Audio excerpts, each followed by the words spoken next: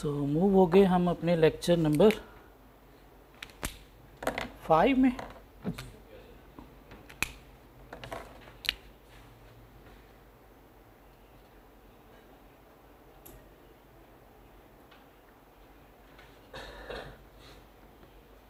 पढ़ रहे थे हम कैफ 8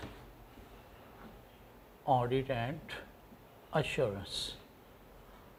ऑडिट क्या है ये भी हम डिस्कस कर चुके हैं, अश्योरेंस क्या है ये भी हम डिस्कस कर चुके हैं। इसके अलावा हम क्या डिस्कस कर चुके हैं, कुछ डेफिनेशंस हमने कवर कर ली फर्स्ट पेज पे, सेकंड पेज पे। ट्रू एंड फेयर का मतलब क्या है, 5 पॉइंट हमने कवर कर लिए। मटीरियलिटी एक कॉन्सेप्ट कवर कर लिया। एजेंसी, स्टीवर्डशिप, अकाउंटेबिलिटी, 3 छोटे छोटे ये कॉन्सेप्ट कवर किए। उसके बाद पेज 3 पे हम गए तो इंगेजमेंट, अश्योरेंस इंगेजमेंट और उसके 5 एलिमेंट्स।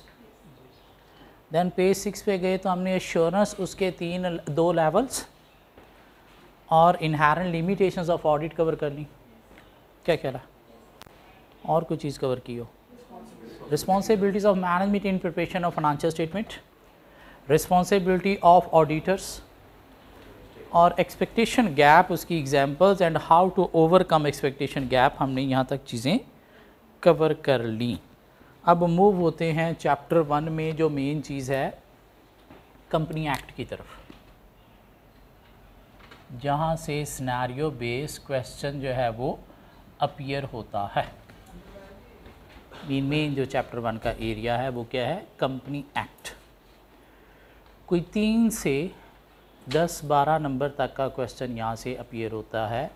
अभी पिछली दफ़ा उसने शायद 3 नंबर का टेस्ट किया है, उससे पीछे 5 नंबर का टेस्ट किया है, उससे पीछे 8 नंबर का टेस्ट किया है। तो यहाँ से frequently question test scenario base होता रहता है। सो कंपनी एक्ट की बातें करते हैं, बात करते हैं ऑडिटर की अपॉइंटमेंट की। अपॉइंटमेंट ऑफ ऑडिटर, कि ऑडिटर को कौन अपॉइंट करेगा और कब अपॉइंट करेगा। तो कहते हैं कंपनी का जो फर्स्ट ऑडिटर है वो डायरेक्टर्स अपॉइंट करेंगे within 90 days, within 90 days of incorporation, mean company की इनकॉर्पोरेशन के विदिन 90 डेज जो है वो फर्स्ट ऑडिटर कौन अपॉइंट करेंगे, डायरेक्टर्स अपॉइंट करेंगे। एक ऑडिटर जो है वो AGM to AGM auditor appoint होता है, मीन एक एजीएम पे अपॉइंट हुआ है तो नेक्स्ट एजीएम तक वो ऑडिटर है। उसके बाद सब्सीक्वेंट अपॉइंटमेंट जो है वो कहाँ पे होनी है, सब्सीक्वेंट अपॉइंटमेंट मीन पहला तो डायरेक्टर्स ने अपॉइंट कर लिया, तो उसके बाद नेक्स्ट एजीएम जब आएगी तो वहाँ पे ऑडिटर की दोबारा से अपॉइंटमेंट होनी है या एग्जिस्टिंग भी री अपॉइंटमेंट हो सकता है। तो सब्सीक्वेंट अपॉइंटमेंट जितनी भी हैं वो होंगी थ्रू मेंबर्स। कहाँ पे, एट एजीएम। पहला डायरेक्टर अपॉइंट कर सकते हैं with in 90 days of company corporation. उसके बाद आगे जितनी भी ऑडिटर की अपॉइंटमेंट है वो कौन करेंगे, मेंबर्स करेंगे एट एजीएम। कहते हैं कि अगर ऑडिटर ड्यूरिंग सर्विस भाग गया, मर गया या पागल हो गया तो ऑडिटर की वैकेंसी क्या हो गई, कैजुअल वैकेंसी। ठीक हो गया, तो कैजुअल वैकेंसी जो है वो कौन फिल करेगा, कहते हैं जी कैजुअल वैकेंसी जो है वो फिल करेंगे directors within 30 days of the vacancy, mean जब वो वैकेंट हुई है तो विदिन 30 डेज क्या करना है, डायरेक्टर्स को फुल करनी है, मीन ऑडिटर अपॉइंट करना है जो नेक्स्ट एजीएम तक ऑडिटर होगा। नेक्स्ट एजीएम बेशक 4 माह, 5 माह, 6 माह के लिए अपॉइंट हुआ है लेकिन एजीएम तक ऑडिटर होगा। एजीएम पे फिर दोबारा से मेंबर्स ही अपॉइंट करेंगे, आइदर री अपॉइंट करेंगे इसी को या कोई नया भी अपॉइंट कर सकते हैं। अब अगर फर्स्ट ऑडिटर को directors within 90 days of incorporation appoint नहीं करते तो कमीशन अपना ऑडिटर इम्पोज कर देगा। अगर subsequent appointment at AGM members नहीं करते, कमीशन अपना ऑडिटर इम्पोज कर देगा। Casual vacancy with in 30 days director ने फिल नहीं की तो कमीशन अपना ऑडिटर इम्पोज कर देगा। इन किन सिचुएशन में कमीशन ऑडिटर को अपॉइंट कर सकता है? If first auditor not appointed by directors within 90 days of incorporation, if subsequent appointment of auditor is not by members at AGM, या if casual vacancy is not filled by directors within 30 days of the vacancy। ये बात clear होती है। अब auditor की remuneration कौन set करेगा? जो ऑडिटर को अपॉइंट कर रहा है वही रेम्युनरेशन सेट करेगा। डायरेक्टर्स अपॉइंट कर रहे हैं तो डायरेक्टर्स रेम्युनरेशन सेट करेंगे, मेंबर्स अपॉइंट कर रहे हैं तो मेंबर्स रेम्युनरेशन सेट करेंगे, और अगर कमीशन इम्पोज कर रहा है ऑडिटर तो रेम्युनरेशन कमीशन सेट करेगा। और रेम्युनरेशन देगा कौन? कंपनी ही देगी। मीन अगर ये इन्होंने खुद नहीं किया तो फिर कमीशन एससीसीपी ऑडिटर अपना इम्पोज कर देगा। अब उसकी शक्ल गंदी है या जैसा भी आपको वो अफोर्ड करना पड़ेगा। इसलिए बेहतर है कि आप अच्छी शक्ल वाला अपनी पसंद का बंदा खुद ही अपॉइंट कर लो, नहीं करोगे तो फिर कमीशन इम्पोज कर देगा। नहीं, वो तो फिर ऐसी सीपी देखेगा ना कि कितनी रेम्युनरेशन बनती है मार्केट रेट के अकॉर्डिंगली, लेकिन वो कंपनी को देना पड़ेगी। हाँ, इधर ये ऑडिटर के साथ निगोशिएट करके रेम्युनरेशन सेट कर सकते हैं। कौन सी कंपनी के लिए बात कर रहे हैं? वो कहता है जी पाकिस्तान के लिए, पाकिस्तान के अंदर हर लिस्टेड कंपनी के लिए ऑडिट कंपलसरी है। हाँ, जिसका share capital paid up capital less than 1 million है उसके लिए नहीं कंपलसरी। 1 मिलियन अबव के लिए कंपलसरी है, ऑडिट करवाना कंपलसरी है। ठीक हो गया। हम ऑडिटर कौन होना चाहिए वो हम कल बात करेंगे। अभी 1 मिलियन अबव वाली कंपनी को ऑडिट करवाना है। ठीक हो गया। लेस देन 1 मिलियन के लिए नहीं ज़रूरी, पेड अप शेयर कैपिटल। जी, यहाँ तक कुछ बातें समझ आती हैं। ऑडिटर का टेन्योर क्या है? AGM to next AGM. ठीक हो गया। अब वो कहता है ड्यूरिंग सर्विस ऑडिटर को रिमूव भी किया जा सकता है। रिमूवल ऑफ ऑडिटर,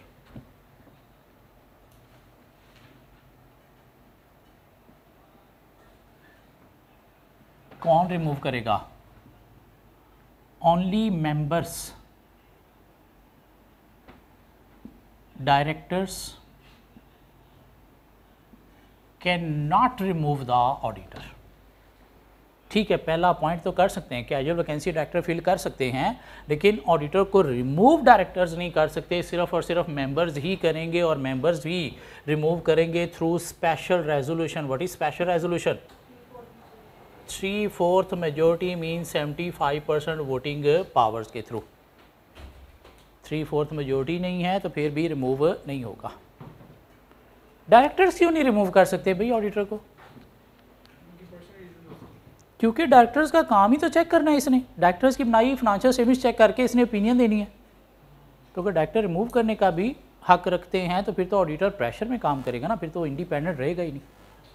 क्या ख्याल है? फिर तो डायरेक्टर को खुश रखना है उसे, इसलिए डायरेक्टर रिमूव नहीं कर सकते। हाँ, अपॉइंट कर सकते हैं पहला या कैजुअल वैकेंसी, लेकिन रिमूव सिर्फ मेंबर्स। मेंबर्स भी कब? With special resolution. हम कहते हैं कि जब ऑडिटर की रिमूवल हो रही है और ये समझता है कि मेरी रिमूवल जो है वो अनफेयर हो रही है, तो इसके पास एक राइट है कि एक रिटन स्टेटमेंट लिख के जा सकता है जिसमें रीज़न बताएगा कि क्यों मुझे रिमूव किया गया है। इस रिटन स्टेटमेंट को स्टेटमेंट ऑफ सर्कमस्टांसिस का नाम भी दिया जाता है। Statement of circumstances.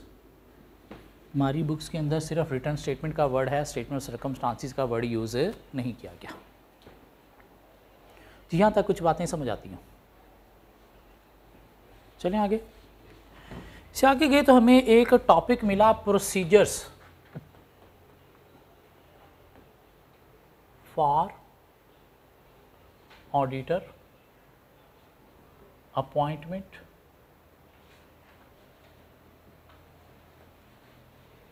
Retirement, removal और चेंज। ऑडिटर की अपॉइंटमेंट, रिमूवल, रिटायरमेंट या चेंज का कुछ प्रोसीजर्स है, कोई 3-4 पॉइंट्स हैं जो हमें लर्न करने हैं, जो पास में एग्जामिनर ने 2-3 दफ़ा टेस्ट किए हुए हैं। क्या प्रोसीजर्स है? वो कहता है कि डायरेक्टर्स जो हैं ऑडिटर की अपॉइंटमेंट की रिकमेंडेशन दे सकते हैं। अपॉइंट सब्सिक्वेंट कौन करेगा? मेंबर्स।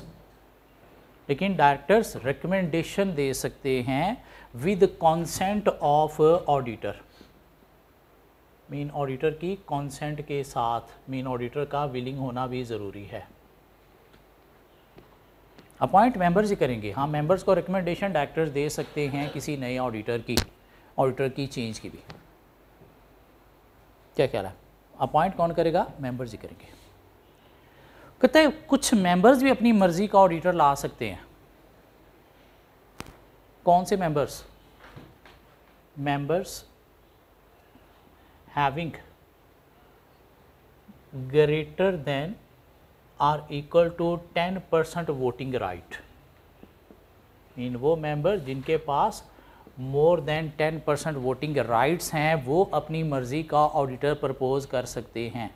जिनके पास 10% से कम वोटिंग राइट है, वो अपनी मन मर्जी ऑडिटर के बारे में अकेला मेंबर नहीं चला सकता। हाँ, एक मेंबर के पास 8% वोटिंग राइट है तो अपनी मन मर्जी नहीं चला सकता। एक के पास 6 हैं, दूसरे के पास 4 हैं, तो दोनों मिल के क्या बन गई? 10%। तो दोनों मिल के जो है वो ऑडिटर को प्रपोज कर सकते हैं। और क्या करना है फिर इन्होंने? ऑडिटर की अपॉइंटमेंट कहाँ पे होनी है? AGM पे। तो इनको क्या करना है? 7 डेज बिफोर AGM जो है वो क्या करना है? कंपनी को नोटिस देना है with consent of that auditor. Means auditor की कंसेंट भी होनी चाहिए कि हाँ मैं विलिंग हूँ। और कंपनी को क्या करना है? कंपनी को पब्लिश करना है ये चीज़ अपनी वेबसाइट पे भी। सो डायरेक्टर्स ऑडिटर की रिकमेंडेशन दे सकते हैं with consent of the auditor.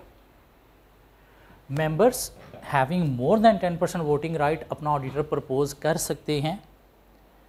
7 days before AGM उन्हें क्या करना है? नोटिस देना है विद कंसेंट ऑफ ऑडिटर, और कंपनी को ये चीज़ पब्लिश भी करनी है कहाँ पे? अपनी वेबसाइट पे।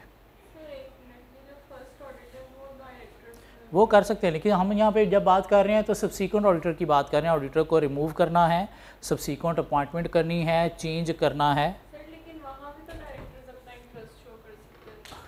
यहाँ पे तो डायरेक्टर्स अपॉइंट कर रहे हैं। कंपनी का जो पहला ऑडिटर है वो डायरेक्टर्स अपॉइंट करेंगे। शेयर होल्डर भी कर सकते हैं, लेकिन नॉर्मली शेयर होल्डर उतने होते नहीं हैं, क्योंकि डायरेक्टर्स ही कंपनी को बनाते हैं और चलाते हैं। तो इसलिए पहला ऑडिटर डायरेक्टर्स अपॉइंट कर सकते हैं, शेयर होल्डर भी कर सकते हैं, लेकिन सब्सीक्वेंट डायरेक्टर्स नहीं। कौन करेगा? मेंबर्स ही करेंगे। कैजुअल वैकेंसी होगी है तो वो मेंबर्स करेंगे विद कंसेंट ऑफ मेंबर्स, वो भी विद कंसेंट ऑफ मेंबर्स करेंगे। अब हम बात करें कि एक ऑडिटर अपॉइंट हुआ है, उसे चेंज करना है या आगे रीअपॉइंट करना है, तो कौन करेंगे? मेंबर्स।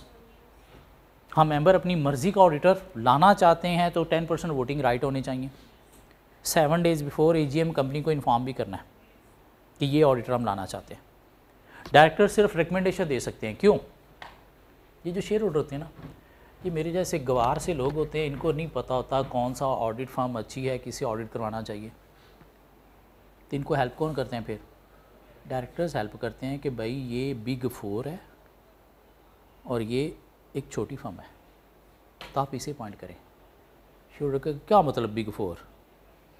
तो फिर आप उन्हें बताओगे भाई बिग 4 पूरी दुनिया में, बिग 4 मीन दुनिया की टॉप ऑडिट फर्म्स, जिनके पास अच्छी कंपनीज ऑडिट करवाती हैं, जिनके ऑडिट की क्वालिटी बड़ी अच्छी है। ये छोटी फर्म उतना क्वालिटी नहीं करेगी। अच्छा, फिर ठीक है, चलो जी बिग 4 को अपॉइंट करें। मीन यूँ रिकमेंडेशन दे सकते हैं अगर शेयर होल्डर को नहीं पता किस ऑडिट फर्म से ऑडिट करवाना चाहिए।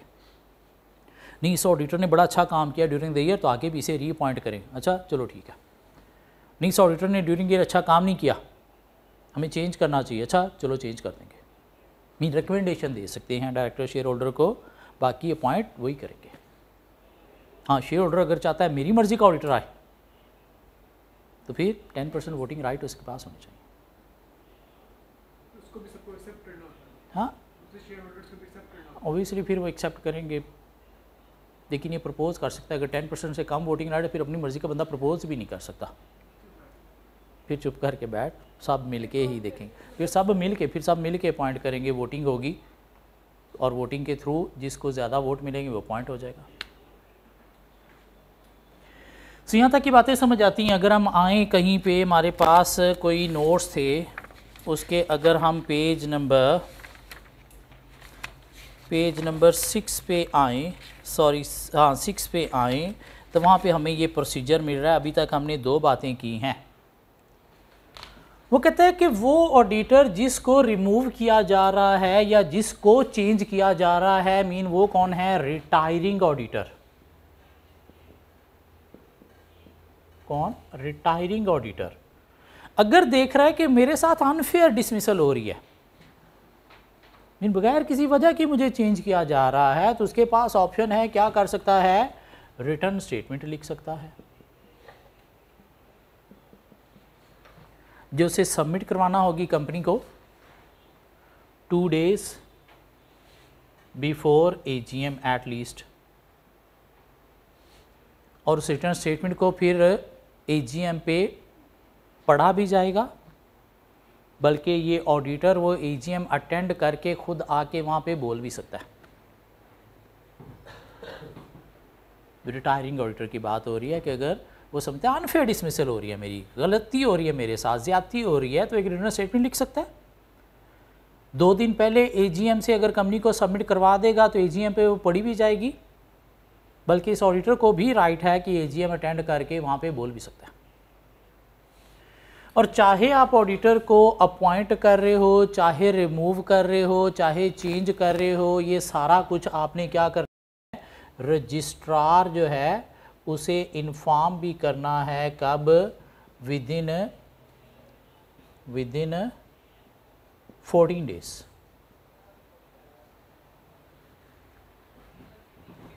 चौदह दिन के अंदर अंदर आपको क्या करना है? रजिस्ट्रार को इन्फॉर्म भी करना है, चाहे आप ऑडिटर अपॉइंट कर रहे हो, चाहे रिमूव कर रहे हो, चाहे चेंज कर रहे हो, चाहे रीअपॉइंट कर रहे हो।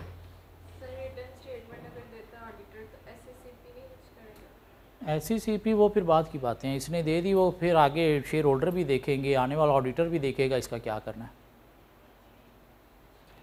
ये सारी थी क्या? लीगल प्रोविजंस जो एक कंपनी को फॉलो करनी है या ऑडिटर्स को भी फॉलो करनी है। ऑडिटर में किसको फॉलो करनी है?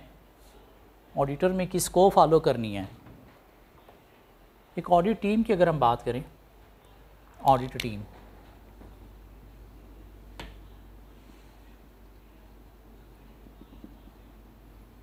उसमें कुछ 4 तरह के लोग होते हैं। एक होता है इंगेजमेंट पार्टनर,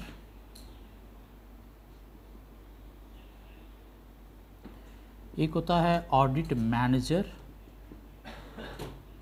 जिसको सुपरवाइज़र भी बोलते हैं, एक होता है ऑडिट सीनियर, और एक होता है ऑडिट जूनियर जिसको ट्रेनी अकाउंटेंट भी बोलते हैं, या मेरी वर्डिंग में बेचारा भी बोलते हैं। ऑडिट जूनियर कौन है? जिसने अभी रिसेंटली कैफ क्वालिफाई करके फर्म को ज्वाइन किया है। ट्रेनी ऑडिट जूनियर, काम शाम इसे अभी करना नहीं आता, अभी इसे सिखाया जा रहा है कि किसी दफ्तर में, ऑफिस में कैसे उठना बैठना होता है, कैसे चलना होता है। ये समझ रहा है कि मैंने कैफ कर लिया, बड़ा कोई तीर मार लिया है, तो इसकी बेसिकली ये जो मैं है ये मारने की कोशिश की जा रही है। गंदे गंदे काम इसे करवाए जा रहे हैं। वो देख, फ़ोन देख किसका है, मेरा पूछे तो कहना कोई नहीं है। नीचे जा रहा है, यार ये मेरे लिए सिगरेट की डिब्बी तो पकड़ता लाई, चल ये पेज है, चल फ़ोटो कापी करवा के ला, वहाँ से 10 रुपया ले ले फलां से।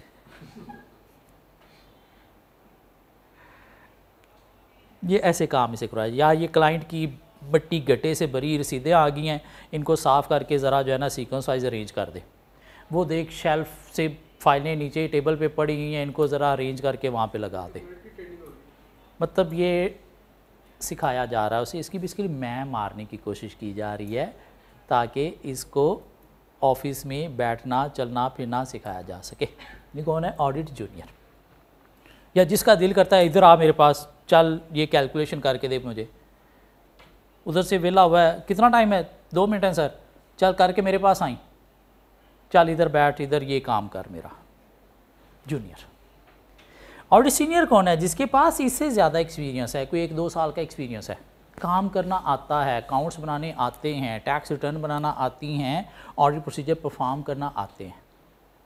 सीनियर। मैनेजर कौन है? जिसके पास इन दोनों से ज़्यादा एक्सपीरियंस है, सब कुछ करना आता है लेकिन क्वालिफाइड नहीं है। हो सकता है आर्टिकल भी पूरे हो गए हैं लेकिन कोई 2-3 पर्चे पिछले 10 सालों से बेचारे के फंसे हुए, अभी तक पास ही नहीं हुए। पार्टनर कौन है? ICAP मेंबर, क्वालिफाइड पर्सन, जिसके पास साइनिंग अथॉरिटी है। अब हमारा जो ऑडिट वर्क होता है ना, वो सारा परफॉर्म करते हैं ये 3 लोगों की टीम। मैनेजर सुपरवाइज़र क्या करता है? एक सीनियर को बुलाएगा, साथ उसके 2 जूनियर मिलाएगा, चलो भी आप लोगों ने इनकम स्टेटमेंट का ऑडिट करना है। एक सीनियर को बुलाएगा, साथ उसके 2 जूनियर मिलाएगा, चलो भी आप लोगों ने बैलेंस शीट का ऑडिट करना है। ये जो भी काम करेंगे ला के देंगे मैनेजर को, देखेगा हाँ ठीक किया है, उसके बाद वर्किंग पेपर में उनको इंक्लूड करता चला जाएगा। इन काम सारा ये परफॉर्म कर रहे हैं, ये इनको मॉनिटर कर रहा है, साइन कर रहा है और चेकिंग कर रहा है। एंड पे ओपिनियन कंपनी की फेवर में देनी है या अगेंस्ट देनी है, वो भी ये मैनेजर ही डिसाइड करेगा। ये रास्कल पार्टनर क्या करता है? ये सिर्फ प्लानिंग स्टेज पे इन्वॉल्व होता है, रिस्की एरियाज हाईलाइट करके डायरेक्शन ऑडिट की सेट करने में, और एंड पे आके देखता है कि मैनेजर ये ओपिनियन कह रहा है तो वाकई ये बनती है। वर्किंग पेपर जो हैं उनको रिव्यू करेगा, हाँ वाकई सारा काम कर लिया है, सारे एविडेंस ले लिए हैं, हर चीज़ चेक कर ली है, और उसके बाद क्या करेगा? ऑडिट रिपोर्ट साइन कर देगा। अब ये जो लीगल प्रोविजन है ये कंपनी को फॉलो करनी है और किसको फॉलो करनी है? इंगेजमेंट पार्टनर को फॉलो करनी है। यहाँ पे कहीं पे भी ऑडिटर का वर्ड आ रहा है तो इसका मतलब क्या है? Engagement partner. ये थी कुछ लीगल प्रोविजन। कुछ एथिकल प्रोविजंस भी हैं जो एक ऑडिटर को फॉलो करनी है।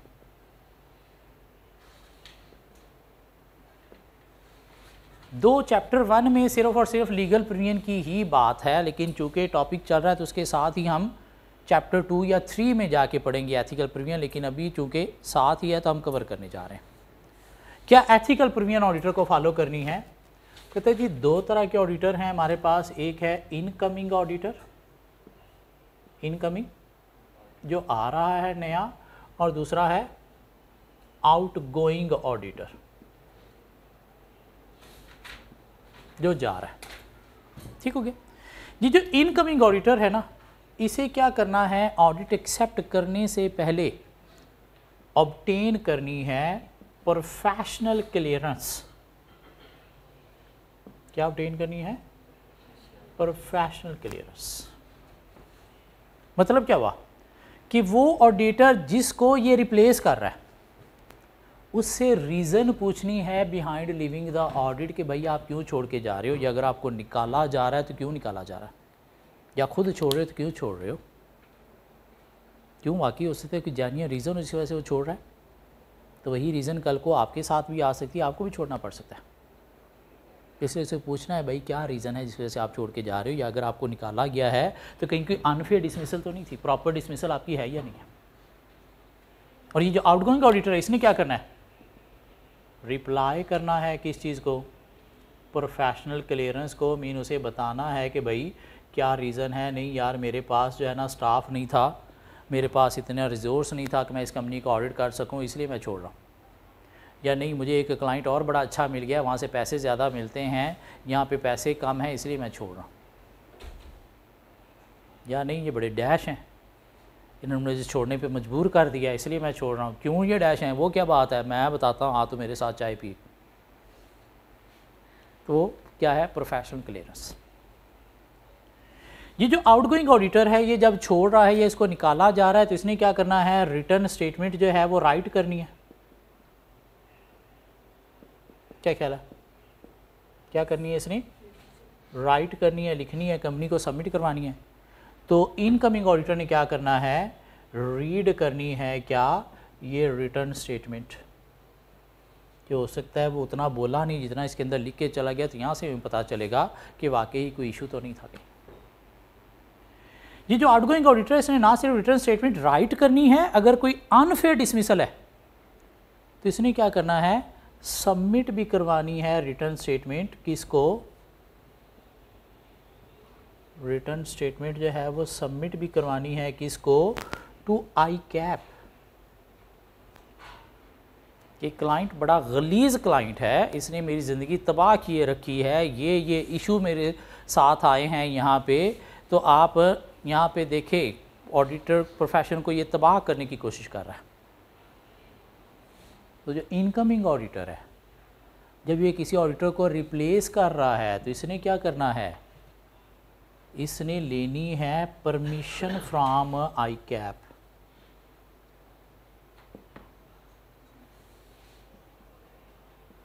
कि फ़लाँ कंपनी के ऑडिट को चेंज करके मुझे ऑडिटर बनाया जा रहा है, तो क्या आपकी तरफ से परमिशन है? और ICAP क्या करेगा, 15 डेज़ के अंदर अंदर जो है वो रिप्लाई देगा और उसके अकॉर्डिंगली फिर आपने अपॉइंटमेंट एक्सेप्ट करनी है। सो इनकमिंग ऑडिटर ने क्या करना है, प्रोफेशनल क्लियरेंस ऑब्टेन करनी है, रिटर्न स्टेटमेंट रीड करनी है और परमिशन लेनी है ICAP से। आउटगोइंग ने क्या करना है, रिप्लाई करना है प्रोफेशनल क्लियरेंस को, रिटर्न स्टेटमेंट राइट करनी है at the time of removal और सबमिट करनी है रिटर्न स्टेटमेंट किसको, ICAP। क्लियर होती बात? ये क्या थी, एथिकल प्रोविजन।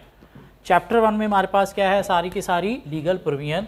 नॉर्मली एथिकल और लीगल सेपरेट टेस्ट होते हैं। हाँ, एक दफ़ा पास में एग्जामिनर ने एथिकल और लीगल को कंबाइन भी टेस्ट किया था, तो इसलिए हमने उसके साथ ही एथिकल भी कवर कर लिया। 2 एथिकल इश्यूज हमने चैप्टर 2 या आगे हमारे पास एक चैप्टर 14 है, वहाँ पे जाके कवर करने। सो पेज 5 और 6 पे प्लीज़ ये चीज़ें दी गई हैं, रीड करके देखें कोई चीज़ समझ आती है। पेज 5 से स्टार्ट हुआ ये रेगुलेटरी फ्रेमवर्क। ऑडिटर की अपॉइंटमेंट की बात आ गई कि पहला auditor directors board of director appoint करेंगे within 90 days of incorporation, और अगर बोर्ड ऑफ डायरेक्टर फेल हो जाते हैं विद इन 90 डेज़ अपॉइंट करने से तो कमीशन ऑडिटर अपॉइंट करेगा।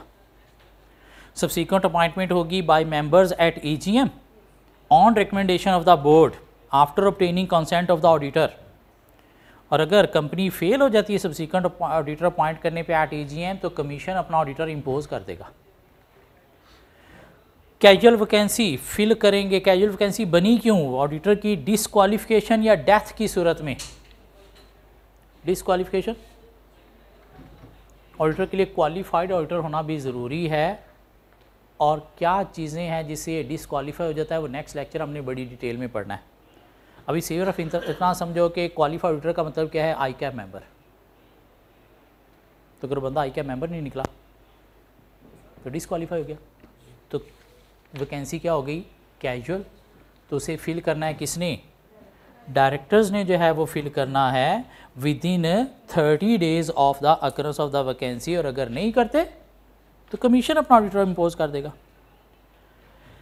कहते हैं appointment in case of mid term removal of auditor, कि अगर मिड टर्म में आपने जो है वो रिमूव कर दिया तो फिर भी वैकेंसी कैजुअल हो गई, तो भी फिल नहीं की तो फिर कमीशन अपना ऑडिटर इम्पोज कर देगा। कहते हैं कि अगर कंपनी ने disqualified person as a auditor appoint कर लिया तो ऐसी अपॉइंटमेंट को वाइड कंसीडर किया जाएगा, और फिर SCCP जो है वो क्या करेगा, ऑडिटर अपॉइंट करेगा क्वालिफाइड। टेन्योर क्या है, AGM टू AGM है। ऑडिटर को रिमूव भी किया जा सकता है ड्यूरिंग सर्विस। क्यों? डिसक्वालीफाई था, रिमूव कर दिया। ये गंद गोर रहा था, क्वालिटी काम नहीं कर रहा था, इंडिपेंडेंस मेंटेन नहीं रख रहा था, तो रिमूव कर दिया गया। कौन रिमूव करेगा? Only members with through special resolution, director नहीं कर सकते। कौन रेम्युनरेशन डिसाइड करेगा? जिसने अपॉइंट किया है। और नीचे चार्ट में हमने थोड़ा और सिंप्लीफाई कर दिया इस चीज़ को, मीन वही जो अंग्रेज़ी पिछले पेज पे पढ़ी है सारी वो हमने एक डब्बे में समो दी, और नीचे बता दिया कि रेम्युनरेशन कौन सेट करेगा, जिसने अपॉइंट किया। और उसके नीचे में प्रोसीजर्स मिल गया 4 पॉइंट। डायरेक्टर्स रिकमेंड कर सकते हैं auditor, with the consent of auditor, और वो सेंड किया जाएगा along with the notice of AGM. Members having at least 10% share holding auditor propose कर सकते हैं 7 डेज़ बिफोर जो है वो एजीएम सेंड नोटिस देना होगा इन्हें विद कंसेंट ऑफ ऑडिटर, और ये नोटिस की कॉपी जो है वो रिटायरिंग ऑडिटर जिसको चेंज किया जा रहा है उसे भी दी जाएगी कि भाई अपना बंदोबस्त कर ले, और साथ वेबसाइट पे पोस्ट भी करनी है। रिटायरिंग ऑडिटर को 2 days at least before AGM जो है वो रिटर्न स्टेटमेंट देना होगी, फिर एजीएम पे वो रीड की जाएगी, और इसके पास राइट है कि एजीएम पे आके ये बोल भी सकता है। और कंपनी को चाहे ऑडिटर चेंज हो रहा है, अपॉइंट हो रहा है, रिमूव हो रहा है, विद इन 14 डेज रजिस्ट्रार को भी इन्फॉर्म करना है। यहाँ तक बातें समझ आती हैं? थोड़ा आगे मूव होते हैं। अनफेयर डिसमिसल ये कंपल्सरी नहीं है। हम कुछ बातें और करते हैं, बीच में से कुछ क्वालिफिकेशन डिसक्वालिफिकेशन की बातें होल्ड कर रहे हैं, वो हमने नेक्स्ट लेक्चर में कवर करना है। अभी हम बातें करने जा रहे हैं कि एक ऑडिटर के पास क्या राइट्स एंड पावर होते हैं,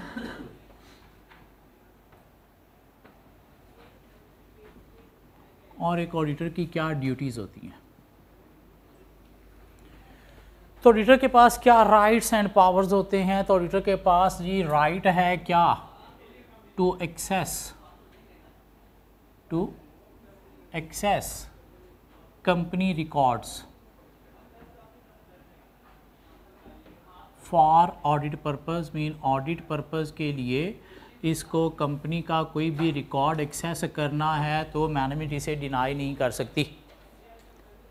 वो रिकॉर्ड चाहे हेड ऑफिस में पड़े हैं, चाहे ब्रांच में पड़े हैं, चाहे किसी सब्सिडरी के पास पड़े हैं, तो ये उन रिकॉर्ड को एक्सेस कर सकता है, मैनेजमेंट डिनाई नहीं कर सकती।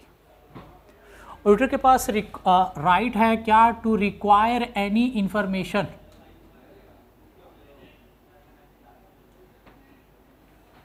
For audit purpose. Audit purpose के लिए से कोई भी इंफॉर्मेशन चाहिए कंपनी के किसी ऑफिसर से, कंपनी की किसी ब्रांच से, कंपनी की किसी सब्सिडरी से, या इवन सब्सिडरी के ऑडिटर से भी, तो वो इसका राइट है, इसे रिस्ट्रिक्ट नहीं किया जा सकता।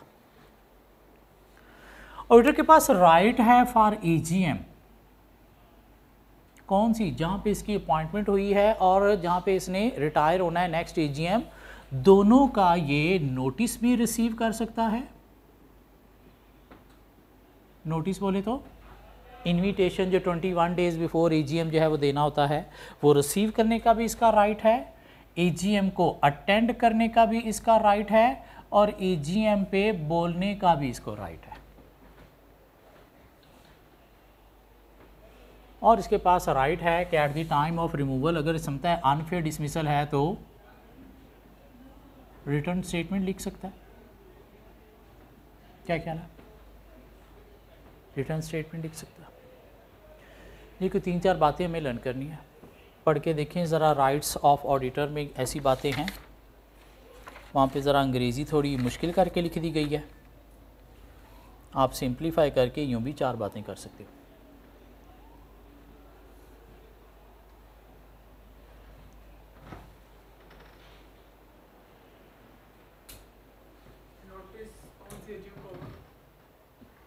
जहाँ पे इसकी अपॉइंटमेंट होनी है और उसे नेक्स्ट एजीएम, दोनों, क्यों एक एजीएम से दूसरी एजीएम तक का ऑडिटर है ना, तो यहाँ पे अपॉइंटमेंट होनी है वो भी, और नेक्स्ट एजीएम, दोनों का नोटिस भी से मिलना चाहिए, दोनों ये अटेंड भी कर सकता है और बोल भी सकता है।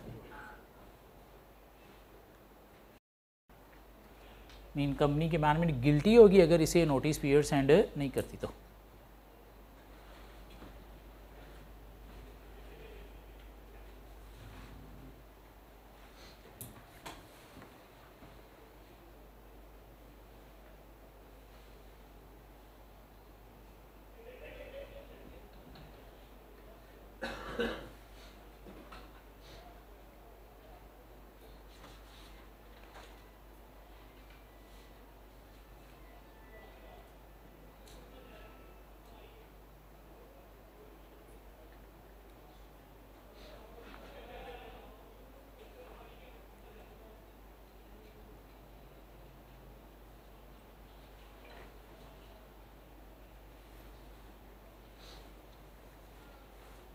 जी चलें आगे।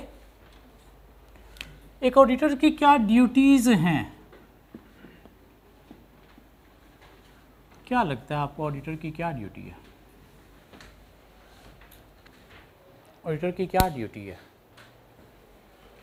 वही जिसके लिए ऑडिटर को अपॉइंट किया गया है। क्या क्या to express opinion on financial statement and comply with ISAs. क्या ख्याल है? ये ड्यूटी है इसकी मेन, ठीक हो गया। साथ इसकी ड्यूटी है क्या कि ओपिनियन देते वक्त इसने चेक करना है कि कंपनी ने proper books of accounts maintained किए हैं। प्रॉपर बुक्स ऑफ अकाउंट्स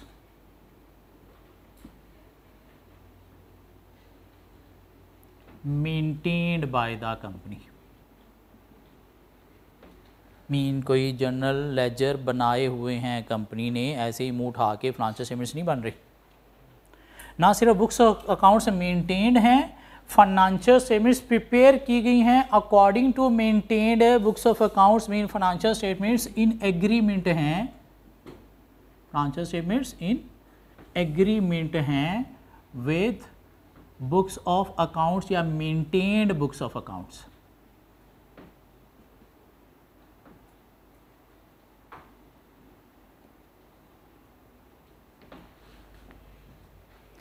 इसकी ड्यूटी है कि इसने इंश्योर करना है कि अगर कंपनी के अंदर कोई एक्सपेंडिचर हुए हैं,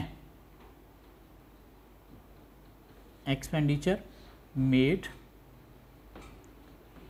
are for purpose of business, तो बिजनेस पर्पस के लिए ही हुए हैं, अपने किसी पर्सनल बेनिफिट के लिए जो है वो डायरेक्टर ने एक्सपेंडिचर नहीं किए।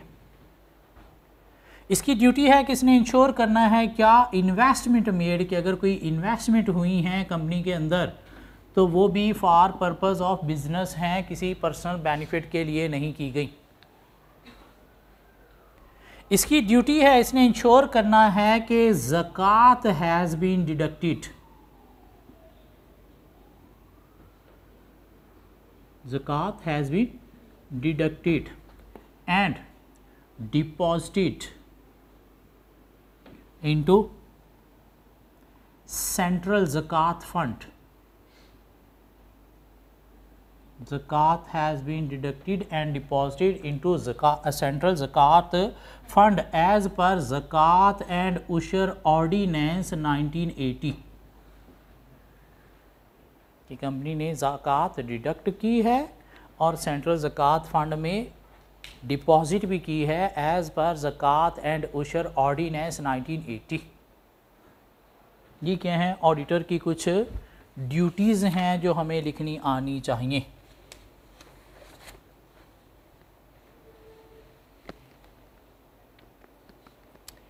इसके अलावा इसकी ड्यूटी है explain reason for qualifying audit report, कि अगर इसने ऑडिट रिपोर्ट कंपनी के अगेंस्ट दी है ओपिनियन, तो फिर इसे रीज़न बतानी है क्यों अगेंस्ट दी है। Qualified with except for the है तो बताना है क्या मटीरियल में स्टेटमेंट थी। एडवर्स दी है तो बताना है क्या परवेसिव नेचर की में स्टेटमेंट थी जिसकी वजह से इसे एडवर्स ओपिनियन देना पड़ी है। तो क्या ड्यूटीज़ हैं? ओपिनियन एक्सप्रेस करना ऑन फाइनेंशियल स्टेटमेंट्स और कंप्लाई करना विद ISAs।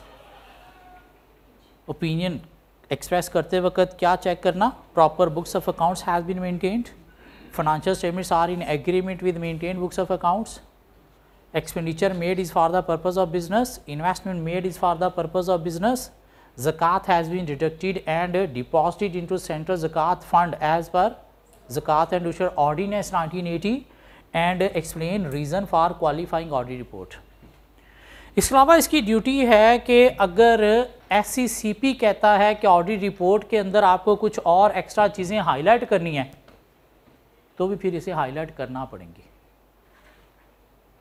SCCP अगर कहता है कि आपने ठीक है फाइनेंशियल स्टेटमेंट्स का ऑडिट करना है, लेकिन कंपनी की मैनेजमेंट को क्या करना है एनुअल रिपोर्ट्स के अंदर फाइनेंशियल स्टेटमेंट्स के अलावा कुछ और स्टेटमेंट्स भी देनी है, like director statement, law regulation के साथ कंप्लाइंस की स्टेटमेंट। और अगर SECP कहता है कि आपने इसको भी चेक करना है तो फिर वो भी आपने चेक करना है। इसके अलावा इसकी ड्यूटी है कि अगर ऑडिट रिपोर्ट के अंदर इसने किसी अदर स्टेटमेंट या रिपोर्ट का रेफरेंस दिया है तो फिर आपने अनेक्स्ड मीन अटैच करनी है कि इसके साथ ऑडिट रिपोर्ट के साथ as a evidence, mean evidence proper देने। इसके अलावा इसकी ड्यूटी है क्या, ऑब्टेन करने हैं सफिशिएंट एप्रोप्रिएट ऑडिट एविडेंस भी। ऐसे मुँह उठा के ओपिनियन नहीं दे देनी, आपने सफिशिएंट एप्रोप्रिएट ऑडिट एविडेंस भी ऑब्टेन करने। कोई एग्जामिनर अगर 4-5 नंबर के लिए पूछ ले, लिख सकते हैं। बहुत लंबा अरसा हो गया है ये राइट्स या ड्यूटीज़ एग्जामिनर ने टेस्ट नहीं की। सिलेबस के अंदर कोई 1.5 पेज है इसके ऊपर, तो अगर एग्जामिनर की नज़र पड़ गई तो माइट भी 2, 4, 5 नंबर के लिए टेस्ट कर सकते हैं। तो हमें लिखने आने चाहिए कुछ 4-5 बातें राइट्स की, कोई 4-5 बातें एटलीस्ट हमें ड्यूटीज़ की भी लिखनी आनी चाहिए। सो क्या कवर किया आज हमने, ऑडिटर की appointment, first subsequent casual vacancy removal की बातें हमने की, टेन्योर की बात की, SECP की इन सूरतों में ऑडिटर अपॉइंट कर सकता है, ऑडिटर की रेम्युनरेशन कौन सेट करेगा, प्रोसीजर क्या है ऑडिटर की अपॉइंटमेंट का, रिमूवल का, रिटायरमेंट का या चेंज का, तो यही प्रोसीजर है। 4 पॉइंट नहीं, at the time of appointment या रिमूवल क्या एथिकल प्रोविजंस को फॉलो करना है इनकमिंग ऑडिटर ने या आउटगोइंग ऑडिटर ने, तो वो हमने 3 बातें कर ली। और हमने देख लिया एक ऑडिटर के क्या राइट्स पावर्स हैं और ऑडिटर की क्या ड्यूटीज़ होती हैं। बाकी कंपनी एक्ट में क्या बातें हैं, ऑडिटर की क्वालिफिकेशन डिसक्वालिफिकेशन रिलेटेड कुछ बातें हैं जो होपफुली नेक्स्ट लेक्चर में हम कवर करके साथ पास पेपर से हम कोई सिनेरियो बेस्ड क्वेश्चन स्टार्ट कर देंगे। ठीक हो गया? सो मिलते हैं नेक्स्ट लेक्चर में। रिटर्न स्टेटमेंट का मतलब क्या है कि जब ऑडिटर को रिमूव किया जा रहा है और ये समझता है कि मेरी रिमूवल अनफेयर है, फेयर नहीं है, तो इसके पास एक राइट है कि रिटर्न स्टेटमेंट, जिसे स्टेटमेंट ऑफ सर्कमस्टांसिस का नाम भी दिया जाता है, उसमें रीज़न लिख के जा सकता है और वो रीज़न फिर कंपनी के रिकॉर्ड में जाएगी। अगर 2 दिन पहले AGM से इसने दे दी तो AGM पे रीड भी की जाएगी, आने वाले ऑडिटर को भी हेल्प देगी कि आइदर मुझे इस कंपनी का ऑडिट एक्सेप्ट करना चाहिए नहीं करना चाहिए। और रिटर्न स्टेटमेंट इसने ICAP को भी देनी है, कंपनी को भी देगा, ICAP को भी देगा, अगर उसको लग रहा है अनफेयर है तो। ठीक हो गया? नेक्स्ट क्लास में मिलते हैं। कंपनी